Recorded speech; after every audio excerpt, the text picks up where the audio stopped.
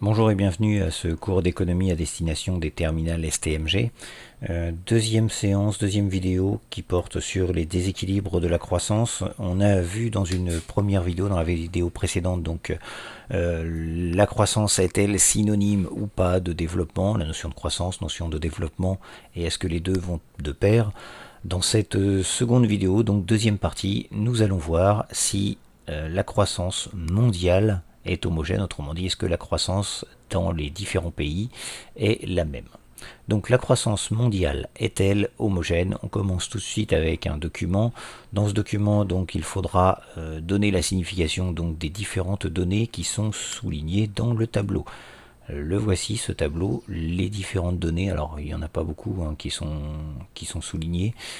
Vous avez ici uniquement deux données, à savoir le Brésil ici en 2013, on parle de taux de croissance contrasté, et vous avez donc ici un chiffre négatif. Alors, que signifie ce chiffre 2,5, donc taux de croissance de 2,5 en 2013?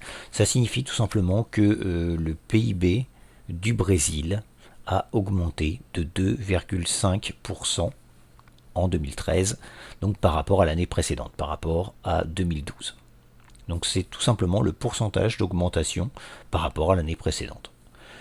En l'occurrence, moins 3,1 pour la France, donc il s'agit ici donc de dire que en 2009, la croissance de la France en tout cas, a baissé de 3,1% par rapport à l'année précédente, autrement dit par rapport à 2008. Donc, signification des données surlignées ici. Donc, la croissance du Brésil de 2,5 en 2013, avec ensuite une croissance donc négative, ce n'est pas une croissance, une baisse de la croissance de moins 3,1% en 2009. Ici, donc, ce ne sont que des données donc, relatives, ce qu'on appelle des données relatives. Question 9.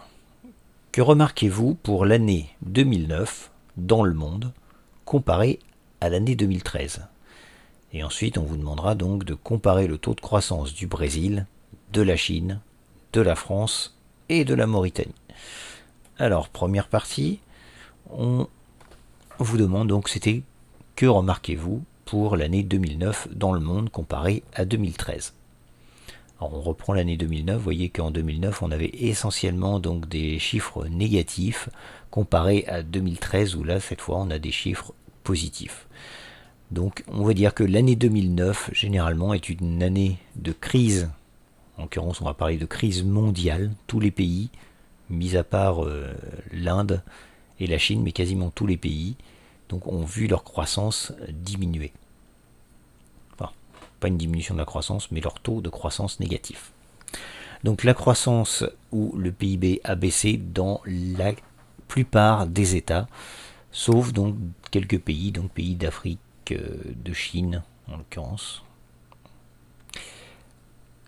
Et question 10, comparer les taux de croissance du Brésil, de la Chine, de la France et de la Mauritanie. Alors là, si on regarde les chiffres, on voit que la croissance de la Chine est relativement élevée. On est quand même avec un taux à deux chiffres en 2007, 14,2. Puis ensuite, on tourne aux alentours de 9 et 10% à peu près de taux de croissance. Et 2012-2013, on est quand même à 7,7% de croissance. Donc on a en moyenne une croissance chinoise qui est aux alentours de 9,5% par an.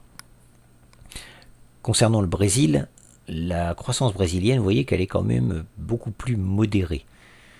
La croissance du Brésil, on l'a évoqué tout à l'heure, elle est plutôt située aux alentours de 3% à peu près. On est à 6,1% pour 2007, mais on est aussi à moins 0,3% en 2009, on est seulement à 1% en 2012.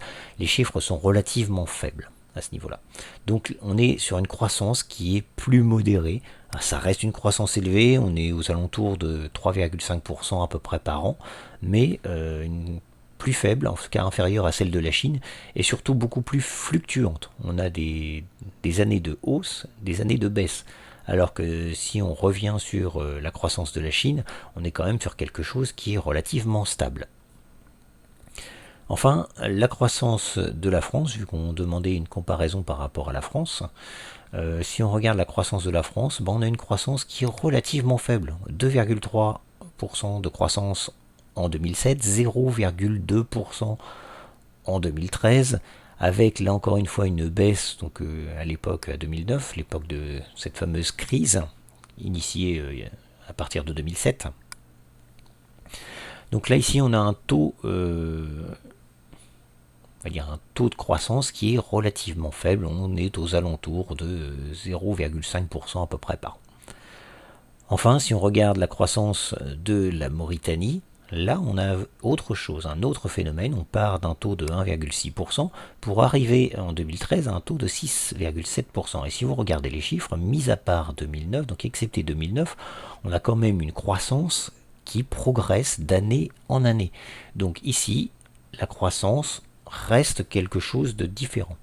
Donc si on reprend un petit peu ces comparaisons, on s'aperçoit que pour le Brésil, on a une croissance qui est très fluctuante, aux alentours de 4% l'an à peu près. Pour la Chine, on a une croissance qui est relativement stable et élevée. Pour la France, on a une croissance qui est plutôt faible, là encore une fois avec quelques aléas, mais pas des aléas assez trop conséquents en tout cas. Et pour la Mauritanie, on a une croissance qui est en progression de 1,6 à 6,7%, c'est une croissance qui progresse. Vous voyez, on a ici donc 4 pays avec 4 phénomènes de croissance différents. Donc que remarquez-vous pour l'année 2009 dans le monde par rapport à 2013? C'est cette notion de crise mondiale que j'ai évoquée. Et enfin, question 10, comparer le taux de croissance du Brésil, de la Chine, de la France et de la Mauritanie. Donc c'est ce que je vous disais. La Chine a un taux de croissance relativement élevé, 9,7%.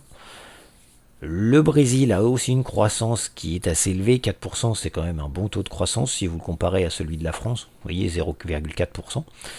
Mais cette fois avec beaucoup de fluctuations. Donc la France un taux relativement faible, 0,4% par an, et la Mauritanie avec aussi un taux de croissance de 4% proche du Brésil, mais cette fois la croissance de la Mauritanie, elle, est en progression constante. Donc comparer les taux de croissance de ces différents pays, on peut d'ores et déjà ici répondre que la croissance n'est pas homogène. La croissance mondiale est-elle homogène? C'est ce qu'il y avait dans le titre. D'ores et déjà ici, on sait qu'il y a un manque d'homogénéité de cette croissance. On va poursuivre avec un autre document. Il faudra répondre cette fois à deux questions. À quelle catégorie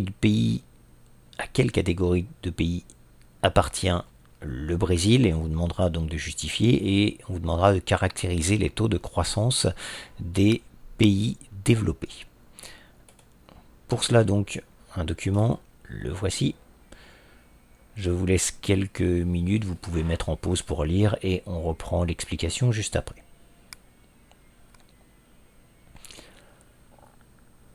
Voilà, le document est lu. On reprend les questions et l'explication. Première question donc, à quelle catégorie de pays appartient le Brésil? Et on vous demandera de justifier.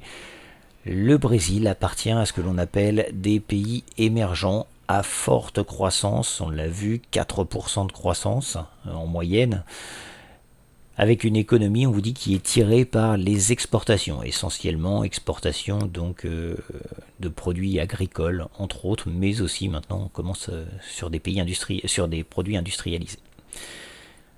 Dans cette catégorie, on va retrouver d'autres pays comme la Chine ou l'Inde, ce que l'on appelle donc les BRICS. Donc vous avez le Brésil, vous avez la Chine, vous avez l'Inde, le R c'est pour la Russie et le S c'est pour l'Afrique du Sud, South Africa, donc Afrique du Sud. Donc voilà, Brésil, Russie, Inde, Chine et Afrique du Sud, ce qu'on appelle les BRICS. Vous avez aussi d'autres pays, ce qu'on appelle les 4 dragons asiatiques avec la Corée du Sud, Hong Kong, Singapour et Taïwan. Tous ces pays, ce sont des pays émergents. On dit que ces dernières années, le Brésil connaît des difficultés propres qui freinent sa croissance. On reparle encore une fois de corruption, on parle d'inflation et de comptes publics dégradés. Voilà, on est sur une économie qui n'est pas une économie stable. On l'a vu, hein, la croissance du Brésil est très très fluctuante. On a un taux de corruption, pas un taux, mais on a une corruption qui reste encore assez importante dans ce pays. On a des différences sociales qui sont encore très très marquées dans ce pays. Donc c'est quelque chose d'assez particulier. Enfin, dernière question pour cette partie, on vous demande de caractériser les taux de croissance des pays développés. Alors, les pays développés, concrètement, on a un taux de croissance qui est relativement faible par rapport aux différents pays émergents. Et vous voyez, 0,4%, on était sur la croissance annuelle de la France. 0,4%, c'est quelque chose d'assez faible, alors que l'on est à des taux entre 4, 7 et 8%, notamment pour la Chine, un peu plus même. Donc on est sur des taux faibles. Donc, en résumé, les pays développés comme la France, les États-Unis, le Japon ont un taux de croissance qui est relativement faible, je dis bien relativement faible, depuis plusieurs années. Et on vous dit que le rattrapage des pays émergents va se faire grâce notamment à leur taux de croissance élevé. Voilà, fin de cette vidéo. Donc prochaine vidéo, on verra quelles sont les limites justement de ces fameux modèles de croissance. Je vous remercie, à bientôt.